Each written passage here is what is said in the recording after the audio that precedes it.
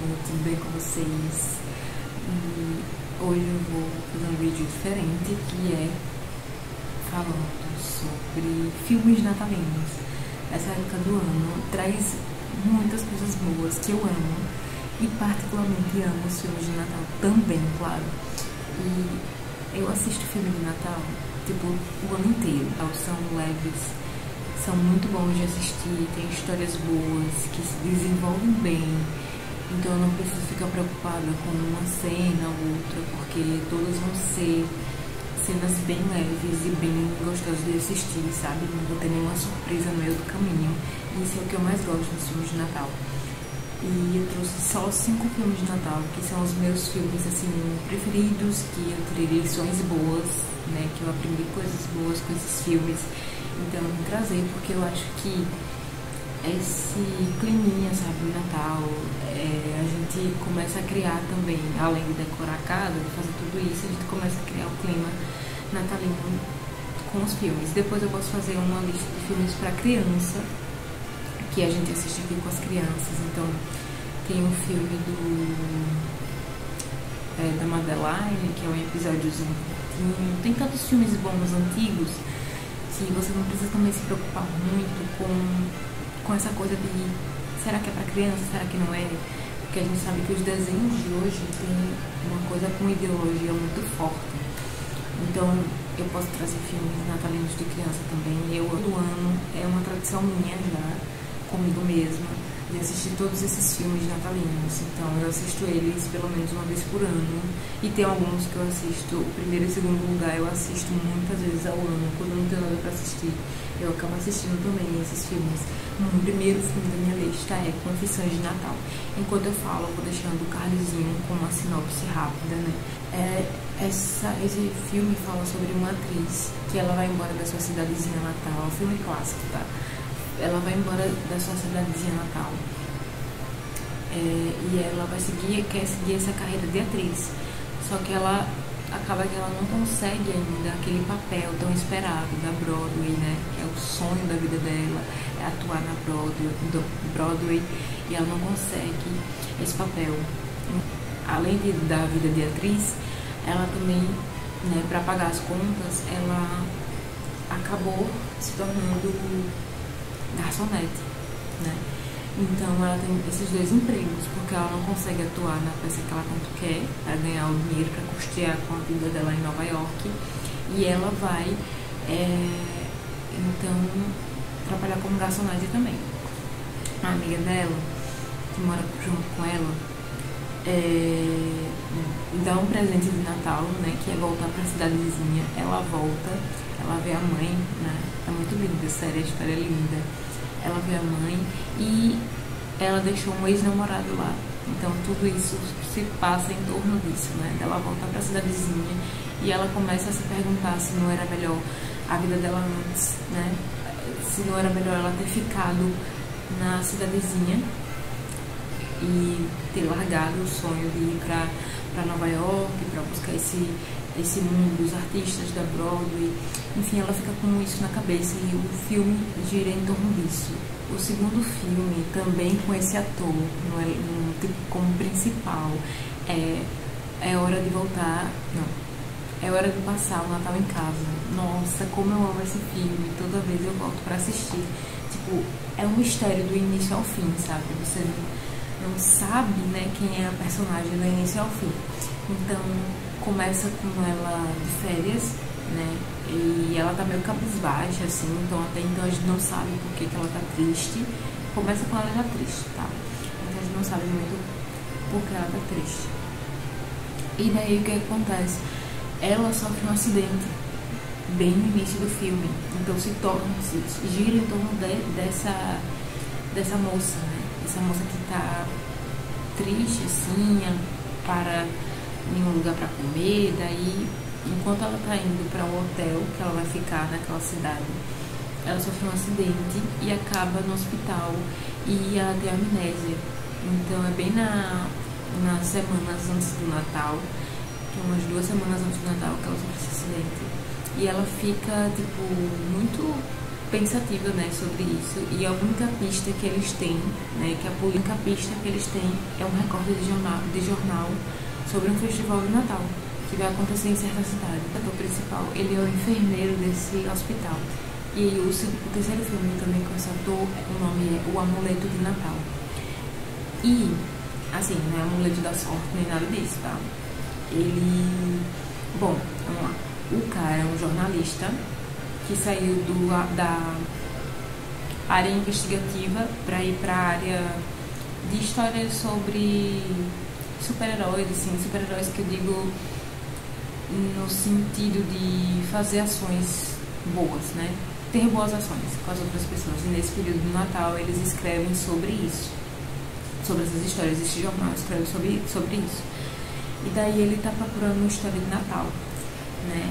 E a menina, a moça principal do filme, ela é uma designer de joias.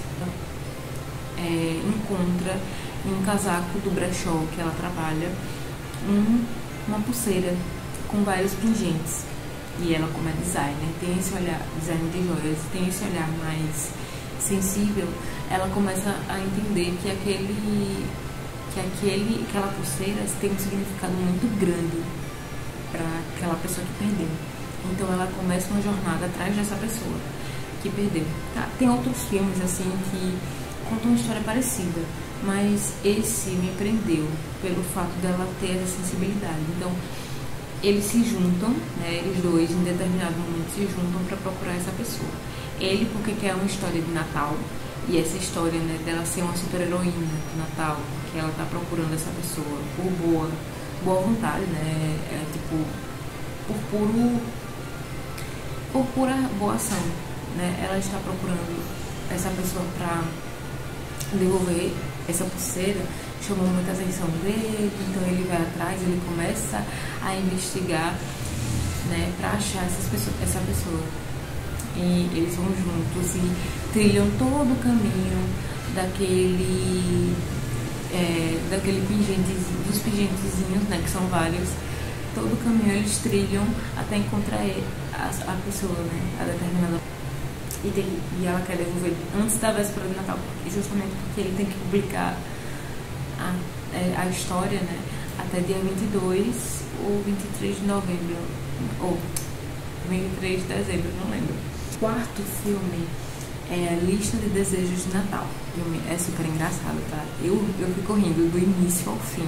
Então, assim, se você quer um filme super, super leve e que você vai achar super engraçado do início ao fim, esse é o filme pra você. Ele é sobre uma escritora, a personagem principal, ela é uma escritora de livros infantis, mais precisamente de livros sobre ratos.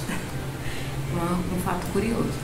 E ela acaba que ela não se dá bem com a mãe, então, assim, acontece um acidente no meio que a avó dela, né, a avó dessa personagem, ela sofre um pequeno acidente que tem que ficar de cama e, assim, por um bom tempo. Então o pai dela chama ela para ir para lá para ver a avó, né, e tal, tava debilitada, para ajudar em todas as coisas, né, que estão ali perto do Natal também.